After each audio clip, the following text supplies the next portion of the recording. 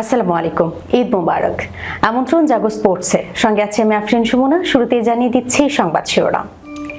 Ireland সফর স্থগিত, one day ও টি-20 series খেলতে সেপ্টেম্বরে বাংলাদেশে আসছে ভারত। বিসিবির সভাপতি হতে প্রস্তুত মাশরাফির এমন মন্তব্যের বিষয়ে যা জানা গেল।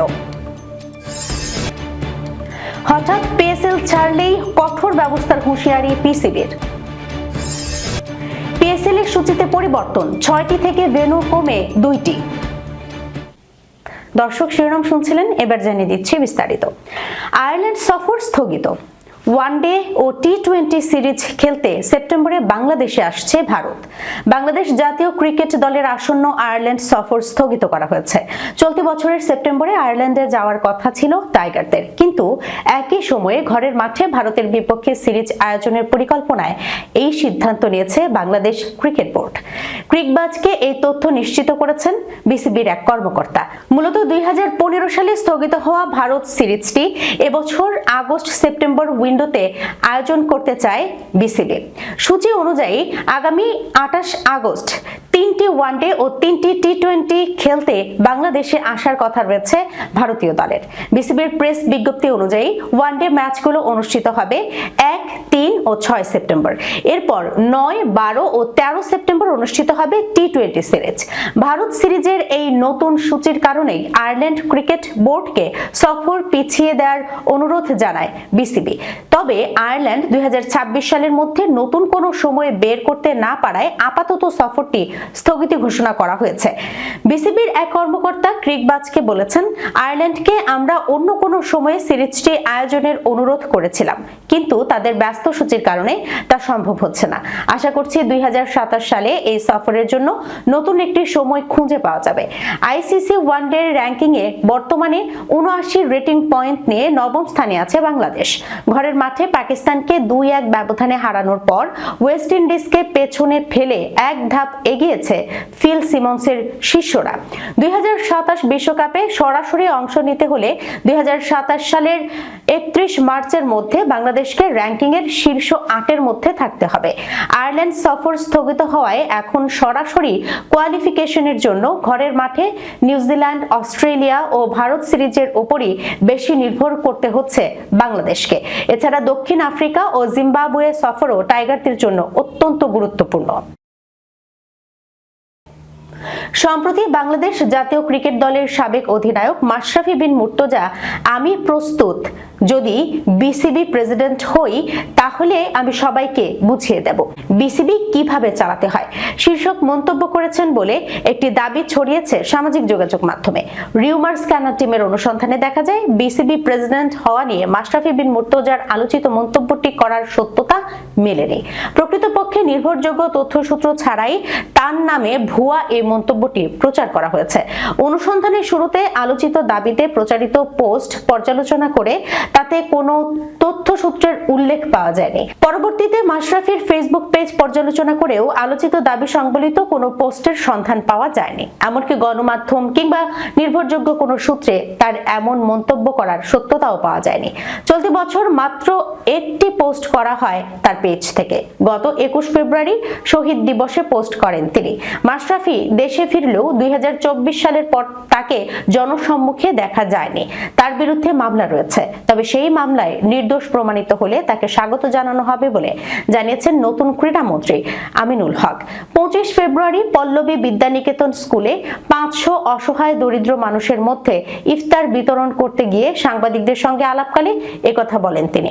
আমিনুল বলেন, তারা যদি আইনগত বিষয়গুলো ফেস করে, নিরপরাধ প্রমাণিত হয় এবং দেশের পেশাদার ক্রিকেটে ফিরতে চান, একজন স্পোর্টসম্যান হিসেবে আমি অবশ্যই তাদের স্বাগত জানাবো।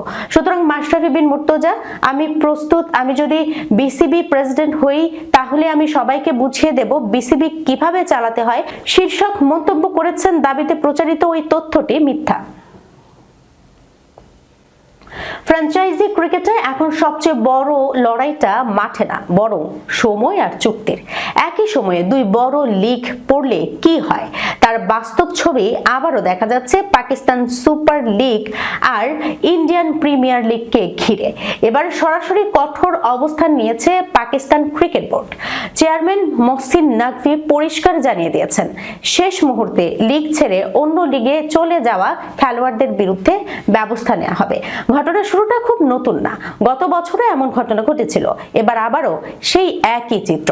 শ্রীলঙ্কার অলরাউন্ডার দাসুন সানাকা লাহোর কালান্দার্সের দল থেকে সরে দাঁড়িয়েছেন, কারণ তিনি সুযোগ পেয়েছেন ইন্ডিয়ান প্রিমিয়ার লিগে খেলার। সেখানে রাজস্থান রয়্যালস দলে চোট পাওয়া স্যাম কারানের বদলি হিসেবে যোগ দিচ্ছেন তিনি। সানাকা একা নন, এর আগে জিম্বাবুয়ের পেসার ব্লেসিং মুজারাবানি একই পথে হেঁটেছেন। তিনিও পাকিস্তান সুপার লিগ ছেড়ে ইন্ডিয়ান প্রিমিয়ার লিগে কলকাতা নাইট রাইডার্স দলে যোগ দিয়েছেন। এই ঘটনাগুলো ভালোভাবে নেয়নি পিসিবি। মোহসিন নাকভি সরাসরি বলেছেন, আমরা নিয়ম অনুযায়ী ওইসব খেলোয়াড়দের বিরুদ্ধে ব্যবস্থা নেব। গত বছরও এমন একটি ঘটনা ছিল, তখনও শাস্তি দেওয়া হয়েছিল। এবারও একই জিনিস হবে। গত বছরের সেই ঘটনা ছিল করবিন বোসকে নিয়ে। তিনি পেশোয়ার জালমির হয়ে ডায়মন্ড ক্যাটাগরিতে ছিলেন, কিন্তু শেষ মুহূর্তে দল ছেড়ে মুম্বাই ইন্ডিয়ান্সে খেলতে যান। পরে তাকে 1 বছরের জন্য নিষিদ্ধ করা হয়েছিল পাকিস্তান সুপার লিগ থেকে। এরপরও একই ধরনের শাস্তি আসতে পারে এমনটাই ইঙ্গিত মিলছে। তবে মোহসিন নাকভি একটা বিষয় পরিষ্কার করে দিয়েছেন, তার মতে 2 লিগের সময় এক হওয়াটা বড় সমস্যা না। তিনি বলেন, ইন্ডিয়ান প্রিমিয়ার লিগের সঙ্গে সময় মিলে যাওয়াটা সমস্যা না। যদি কিছু খেলোয়াড় সেখানে যায় তাহলে আমরাও এখানে ভালো মানের খেলোয়াড় পাচ্ছি। সারা বছরে আমাদের আর কোনো সময় নেই, তাই লিগ পিছিয়ে দেওয়ার সুযোগও ছিল না। এবারের সূচি অনুযায়ী পাকিস্তান সুপার লিগ শুরু হচ্ছে 26 মার্চ, আর এর ঠিক 2 দিন পর শুরু হবে ইন্ডিয়ান প্রিমিয়ার লিগ। এই সময়ের সংঘর্ষই মূল সমস্যা তৈরি করেছে। অনেক খেলোয়াড়ই 2 লিগের মধ্যে বেছে নিতে বাধ্য হচ্ছেন। তবে শুধু ইন্ডিয়ান প্রিমিয়ার লিগের জন্যই নয়, আরও কিছু খেলোয়াড় পাকিস্তান সুপার লিগ থেকে নাম প্রত্যাহার করেছেন। Gudakesh Motie, Jake Fraser McGurk, Ottneil Baartman ও স্পেন্সার জনসনের মতো ক্রিকেটাররা ব্যক্তিগত কারণ দেখিয়ে সরে দাঁড়িয়েছেন। অন্যদিকে সানাকার জায়গায় লাহোর কালান্দার্স দলে যুক্ত হচ্ছেন অস্ট্রেলিয়ার ড্যানিয়েল স্যামস। জ্বালানি সংকট মোকাবেলায় পিএসএল এর সূচিতে পরিবর্তন আনার ঘোষণা দিয়েছে পাকিস্তান ক্রিকেট বোর্ড। 6টি ভেন্যুতে এবারের আসর হওয়ার কথা থাকলেও শেষ পর্যন্ত খেলা হবে মাত্র 2টি ভেন্যুতে। এছাড়া দর্শক থাকছেন না কোনো ম্যাচেই, তাই সম্প্রচার মান আরও বৃদ্ধির দিকে মনোযোগ দেওয়া হচ্ছে। মূলত সরকারের নির্দেশনার কারণেই এই পথে হেঁটেছে পিসিবি। একে তো মধ্যপ্রাচ্যের অস্থিরতায় জ্বালানি সংকটের বিষয়টি মাথা ব্যথার কারণ হয়ে দাঁড়িয়েছে। সরকার থেকে জনসাধারণকে প্রয়োজন ছাড়া যানবাহন চলাচলে নিরুৎসাহিত করা হয়েছে। অন্যদিকে পাকিস্তানের সাথে সংঘাত চলছে আফগানিস্তানের, যার কারণে সীমান্তবর্তী এলাকায় পিএসএল আয়োজন ঝুঁকিপূর্ণ হয়ে উঠছে। সবকিছু বিবেচনায় নিয়ে শুধু লাহোর ও করাচিতে পিএসএল এর ম্যাচগুলো আয়োজনের সিদ্ধান্ত নিয়েছে পিসিবি। রাওয়ালপিন্ডি, ফয়সালাবাদ, পেশোয়ার এবং মুলতান ভেন্যু তালিকা থেকে বাদ পড়েছে। এদিকে পূর্ব ঘোষিত সূচিতে ম্যাচ শুরুর সময় না জানালেও এবার সময় চূড়ান্ত করে পরিবর্তিত সূচি প্রকাশ করেছে পিসিবি। 26 মার্চ বাংলাদেশ সময় রাত 8টায় মুস্তাফিজ ইমনদের লাহোর কালান্দার্সের বিপক্ষে মাঠে নামবে হায়দ্রাবাদ কিংসম্যান। পরদিন কোনো বাংলাদেশির ম্যাচ নেই। তবে 28 মার্চ বাংলাদেশ সময় দুপুর 3:30টায় তামিম, নাহিদ, শরীফুলদের পেশোয়ার জালমি মুখোমুখি হবে রিশাদ হোসেনদের দল রাওয়ালপিন্ডিজের।